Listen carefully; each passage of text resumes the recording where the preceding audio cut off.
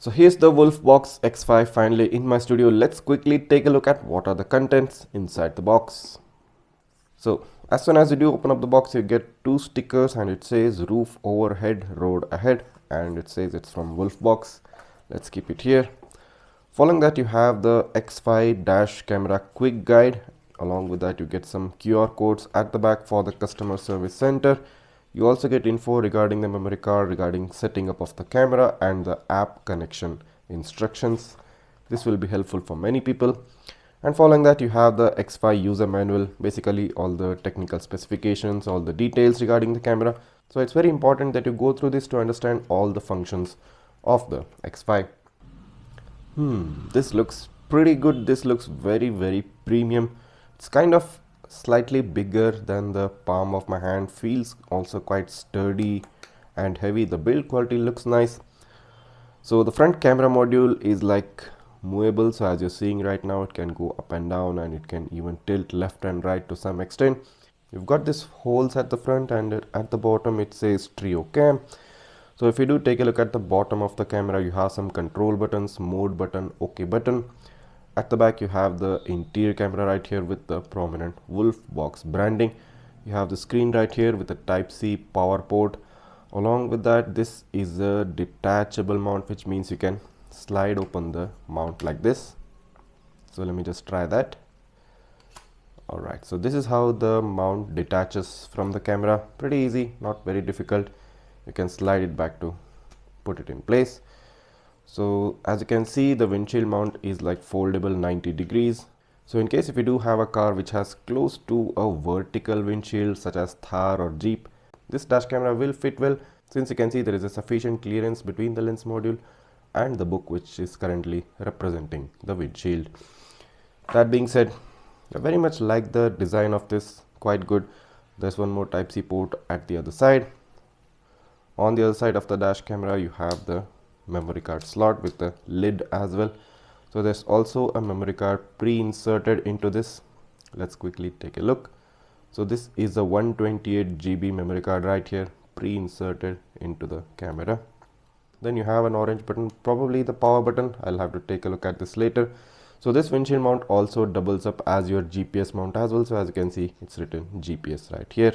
So quite sturdy and heavy windshield mount adapter as well, along with the entire camera unit. So it will be very interesting to see how this dash camera performs in real life conditions. So as soon as I did open up the box, this is what I found, a spare sticker for the camera. Following that, you have an wiring tool or installation tool. Okay, so this is the main power cable with a pre-attached 12-volt car charger with a single USB port. Along with that, you have an L-shaped Type-C connector at one end. So this is the main power cable and plugs in into the front camera. Following that, you have the rear camera cable. Now this is quite thick and quite even feels heavy. As you can see right now, the thickness of the wire is pretty much kind of the biggest which I've seen till date. It might be a bit difficult to push the wire of this thickness into the beading of your car.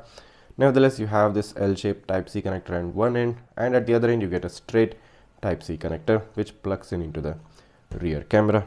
So here's the rear camera, quite well designed. I like these lines right here, giving it a very premium look. At one end you have the Type-C port on the rear camera, a very small windshield mount, the lens module. There's no LED indicator as far as I see. No, I don't think there is any LED indicator on top of it, but the camera is 360-degree rotatable. So it's good that they have provided the latest Type-C connector for the rear camera.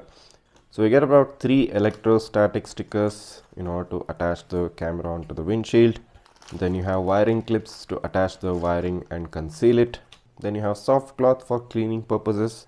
And finally, you have an additional mount for the front camera. Now this doesn't have any 3M sticker on top, so probably you're gonna get to stick this spare sticker on top of it and use it as a spare mount. Alright, so that's it. These are things which you get inside the box. The main power cable with a Type-C port and a pre-attached 12-volt car charger with a single USB port, a wiring tool, an extra spare mount for the front camera, the rear camera module, the main camera unit along with the pre-attached windshield mount and sticker along with the interior camera at the back. Then you have the rear camera cable, 3 electrostatic stickers, wiring clips, a spare 3M sticker and a soft cloth. Not to mention you also get a user manual and a quick user guide as well. So moving on to show you the number plate readability from the Wolfbox X5's front camera. The Hyundai Creta at front is about a distance of 25 to 30 feet, and even the two-wheeler, which is kind of right in front of it. And if we zoom in to take a look at the number plates, both the number plates, that is of the car and the two-wheeler, are pretty much flawless. You can read each letter and number clearly, and at a distance of 30 feet, getting this kind of a number plate read is quite expected from a 4K camera that is backed by starvis 2 sensor, and the Wolfbox X5 front camera is performing right up to its expectations. Moving on to take a look at the night sample. So this is where actually things get interesting, since this camera has a starvis 2 sensor. It can read number plates even under the glare of headlights. So as you can see, the vehicle in front is about a similar distance what we saw in the previous example, about 25 to 30 feet away, and important thing being it's under the glare of my headlights. And if I zoom in to take a look, a crystal clear and a flawless read. Each letter and number is pretty much easily readable. There is no disturbance, there is no distortion. More importantly, there is no whitewash, which we usually see in the non-starvis 2 cameras. So the ability to read number plates during nighttime under the glare of headlights is only possible from a camera which has a starvis 2 sensor. Taking a look at the overall video quality during daytime, what more do you want? This is crystal clear 4K resolution, giving you top-notch video quality from the front camera, and this is simply amazing. This is the kind of the best video quality you can get from any dash cam, because this is what's best available in the market today, a native 4K resolution backed by the starvis 2 sensor. Moving on to take a look at the nighttime footage, a very similar quality. The video quality is pretty impressive. I mean, all the details in this video are popping up. There are no dark spots, there are no two whitewash spots. The starvis 2 working to its maximum efficiency, to its maximum performance. And this is the best possible video footage you can get from any dash camera which has a 4K starvis 2 combination. The Wolfbox X5 does not disappoint even during night conditions, and for you to get the maximum amount of evidence, maximum amount of detail, the Wolfbox X5's front camera will perform right up to your expectations. Moving on to take a look at the interior or the cabin camera. So this is a full HD camera shooting at 25 frames per second, because you don't need a lot of frames for the interior camera, because there won't be much motion inside the cabin. So it's kind of sufficient. Technically, it's kind of proper to give you a 25 fps full HD for the interior, and the video footage again looks pretty decent. The best thing about this camera is its field of view. It covers mostly 70 to 80% of both the driver side window and the passenger side's window, which is very crucial and very important, because it captures all the activity happening around the car and gives you a near 360-degree coverage of your entire car. Moving on to take a look at the nighttime sample. So during nighttime, the Wolfbox X5's interior camera shifts to infrared mode, because visible light is not an option in this, because the cabin is completely dark. So even during nighttime, you get a decent footage of all the people sitting inside the car. Currently, I'm the only one, but even if there is somebody else, you will get to record all the details and all the activities happening inside the car of all the people inside. So the performance of the interior camera both during day and nighttime is kind of right where you want it to be, and is pretty much perfect, and there are no major complaints against the interior camera. Moving on to the rear camera quality. So this is where things take a turn, because usually most rear cameras provide only full HD resolution, but the Wolfbox X5's rear camera provides not just a full HD but a quad HD resolution at 30 fps. So that takes things up a notch, because the video footage as you're seeing right now looks much more crisp, clear and sharp. The high resolution of the rear camera helps it definitely catch some more details. You do get to see a proper contrasty video in comparison to where most rear cameras offer you a very high brightness, a high glare video.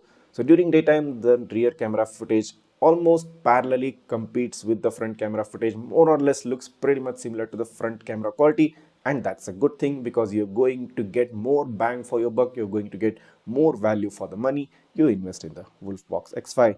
Taking a look at the nighttime quality from the rear, again this too looks pretty impressive. Although Wolfbox hasn't particularly mentioned which sensor has been used for the rear, I can definitely see that there isn't much glare being caught in the rear camera, even from street lights or headlights. The point of glare is pretty minimal, and that's a good thing, because most other rear cameras tend to catch a lot of glare and you see those characteristic white glows in the middle of the screen. It's not as bad as that, and the rear camera quality is kind of looking very good, very decent for the price you're paying for it. and considering this is a quad HD resolution, the image is definitely sharper, crisper, more contrasty and good looking.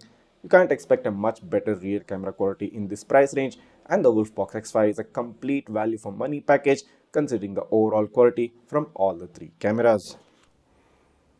So here's the Wolfbox X5 currently mounted on my car's windshield. So as you can see, it is showing up some indications right up on the screen. It says GPS is turned on, 4K resolution. So the voice control notification is here, Wi-Fi hotspot notification is here, the speaker and the mic notification are also showing up. You also get the display of time, and it also shows which camera is actually showing up on the screen right now. So the good thing about this camera is that it's got these control buttons at the bottom, and along with that, the screen itself is a touch screen panel. So you don't have to completely rely on these buttons at the bottom. You can control the dash camera straight up by the touch display. So showing you certain features of this display, if you drag from the top of the screen, this will give you a quick menu to control the mic, control the Wi-Fi hotspot and even control the speaker volume. That being said, if you swipe up from the down, this opens up the album section where you can view the recorded videos from all three cameras, front, interior and the rear video. If you swipe from the right, it is going to open up the settings of the dash camera, and then if you swipe from the left, it is going to change the camera view. So currently it's shifted to the interior camera. If I swipe back again, it shifts to the rear camera. Swiping again, it moves to the screensaver mode, and finally it goes into a picture-in-picture mode wherein all three cameras are currently being displayed on the screen. And if I do it back again, it shifts only to the front only version. So moving on to take a look at the on-screen settings that this camera has. First of all, it has got the resolution option, and if we click on that, it says front, interior and rear, three cameras pointed out at top. Following that, the next option is either 4K 30 FPS for the front, interior 1080p and rear 1080p, wherein the rear is 30 FPS and the interior is 25 FPS. Following that, you can drop down the 4K resolution of the front to a 2.5K resolution but at 60 frames per second. So basically you're getting quad HD at 60 FPS for the front. That's excellent. Following that, you can get the interior camera at 1080p 25 FPS, that's standard, and you can get the rear camera at 2.5K at 30 FPS. So getting a quad HD front resolution with 60 FPS frame rate is a really good thing, and I definitely love that option. And also the best thing being, you can also get probably an upscaled 5K resolution at 25 FPS if you use only the front camera. You have the loop recording option wherein you have 1 minute, 3 minutes and 5 minutes, that's standard. Then you have the clock setting option where you can set the date and time and date format. Then you have the time format where you can set 12 hours or 24 hours. Then you have the time zone, so set it according to your geographical position. Then you have the sound record, you can turn it off or on. Following that, you have the card speed. So if you want to check the speed of the card, you can click confirm here and it's going to check the card speed. Then you have the reset setup to reset the camera back to its factory settings. Then you have the app, so it gives out a QR code to download the app in order to control the dash camera. Then you have the product information, it gives you all the details regarding the product such as model name, firmware version. Then you have the help center wherein you can also again scan this QR code to access the help center. So straight up short and sweet options, not much complication here. So simple and easy to understand on-screen settings for the Wolfbox X5 dashcam. So it's safe to say, based on all the features this dash camera provides, it's one of the best triple channel dash cams coming close to the price of 25,000. First of all, for the fact that this is probably the cheapest triple channel dash cam that can provide you a starvis 2 sensor and a 4K front resolution. So if you're someone who requires a triple channel unit, who wants to cover the entire area surrounding the car, also wants the goodness of the 4K resolution, also wants the goodness of having a good video quality during low light and nighttime conditions, because this has a starvis 2 sensor, well, I think the Wolfbox X5 is simply tailor made for you, and you need to go ahead and purchase it straight away. And if you are interested in purchasing it, as said previously, the link to purchase it will be given in the description. Just click down on the description, click on the link and go ahead and buy this amazing camera for yourself. If you have any doubts or queries regarding this camera, write that down. I'll try to get back to you as soon as possible. And of course, you can always connect with me or DM me on my Facebook or the Instagram page as well. So finally, this was a quite long and a tiring video, and if you do recognize the effort that's gone into making this video, and if you want to support my work, go ahead, hit that subscribe button of my channel right now, smash that like button, and also don't go away without hitting that bell icon so that you get notified each time I upload a super awesome tech video. Thanks for watching and see you in the next one.